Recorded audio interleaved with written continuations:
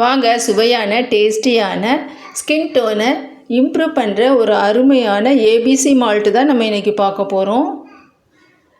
Carrot, beetroot,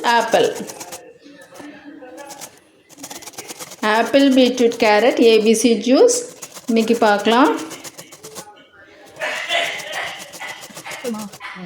ஒரு 2 cup அளவுக்கு எல்லாமே துருவினதுக்கு அப்புறமேல அளந்துக்கலாம். எல்லாத்துலேயும் 250 கிராம்ஸ் எடுத்துப்போம். 250 gram apple, 250 gram beetroot, 250 gram carrot, 3 நல்லா துருவி எடுத்துக்கலாம். எடுத்துட்டு 3 கொட்டி இந்த மாதிரி துருவிக்கலாம். ஆப்பிளில் ஜூஸ் நிறையா இருக்கனால ஜூஸ் நிறையா வந்துகிட்டே இருக்கும். அதனால் 3மே தனித்தனி தட்டில் போட்டு காய வச்சுடுங்க. நான் ப்ளே ஏரியாவில் கொண்டு போய் காய வைக்கிறனால குழந்தைங்க ரொம்ப விளையாண்டுட்டே இருப்பாங்க. அதனால் ஒரே இதாக போட்டு காய வச்சிடுறேன். இந்த மாதிரி நல்லா துருவிட்டு நல்லா ஸ்ப்ரெட் பண்ணி விட்ருங்க. ஒவ்வொன்றையும் தனித்தனி தட்டில் காய வச்சுடுங்க. இது காய வைக்கிறப்ப கருவேப்பிலை இலையெல்லாம், ரோஜா இதழெல்லாம் காஞ்சா எப்படி இருக்கும், நல்லா வழுன்னு காஞ்சதுக்கு அப்புறமேலு சருகாட்டும். அந்த மாதிரி அளவு வரைக்கும் நல்லா காயட்டும். நல்லா 2 நாள் காஞ்சதுக்கப்புறம் எடுத்துருக்குறோம். மாவு மாதிரி வந்துடும். இந்த மாதிரி அந்த மாதிரி காஞ்சாதான் மாவு பக்குவத்துக்கு மாவு மாதிரி வரணும். அது மாதிரி காய வச்சிடணும். காய வைக்கிறதுல தான் இருக்குது. நல்லா காஞ்சதை எடுத்து மிக்சியில் போட்டு அரைச்சிக்கிறோம். ஒரு நல்ல பவுடராக வந்ததுக்கப்புறம் சலிச்சிக்கலாம். நல்ல வழுன்னு அரைச்சாச்சு. அது கூட ஒரு 7-8 பாதாம், 7-8 பிஸ்தா,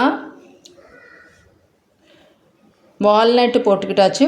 ஒரு 5 ஏலக்காய் போட்டுக்கிட்டாச்சு. உங்களுக்கு பிடிக்கும்னா பாதாம், முந்திரி, ஏலக்காய் போட்டுக்கலாம். முந்திரி ரொம்ப வெயிட் போடுறதுனால நான் போட்டுக்க மாட்டேன். இதெல்லாம் ஓரளவு வழுன்னு அரைச்சிக்கலாம். இது பாதாம் பிஸ்தா அரைச்ச பவுடர், கீழே இருக்கிறது பீட்ரூட் அரைச்சது. இந்த மாதிரி கண்டிஷனில் கூட நம்ம நல்லா வெயிலில் வச்சு இன்னும் காய வைக்கிறப்ப நல்லா ட்ரை ஆகி சீக்கிரமாக பவுட்ரு ஆகிடும். நல்லா பவுட்ரு பண்ணிட்டேன்.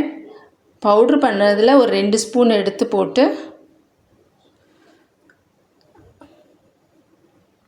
அது கூடவே தேவையான அளவு ரொம்பவே கம்மியாக இந்த பவுட்ரு, பாதாம் பிஸ்தா பவுட்ரும் போட்டுட்டு வெல்லம், இது 3ஐயும் ஒன்றாவும் அரைச்சி வச்சுக்கலாம். இல்லை நம்ம பாலை கொதிக்க வச்சுட்டு இந்த மாதிரி 3ஐயும் எடுத்து மிக்ஸ் பண்ணிவிட்டு அதுக்கப்புறமும் நம்ம கொதிக்க பாலை ஊற்றிடலாம். பாருங்கள் எவ்வளோ சுவையான டேஸ்டியான பாதாம் மிக்ஸ் ரெடி ஆயிடுச்சுன்னு. ரோஸ் மில்க் மாதிரி ரொம்பவே டேஸ்ட்டாக இருக்கும். இந்த மாதிரி ஈஸியாக செய்யுங்க. நல்லா காய வச்சிடணும். காய வச்சு அரைச்சிக்கலாம். நம்ம டெய்லி இந்த மாதிரி ஷேக் பண்ணி குடிக்கிறப்ப நமக்கு டைம் லேட் ஆகிட்டே இருக்கும், டைம் இருக்காது. அதுக்காக தான் இந்த மாதிரி ஈஸியாக மால்ட் பண்ணி தேவையான நேரம் போட்டு குடிச்சிக்கலாம். தேங்க்யூ ஃபார் வாட்சிங்.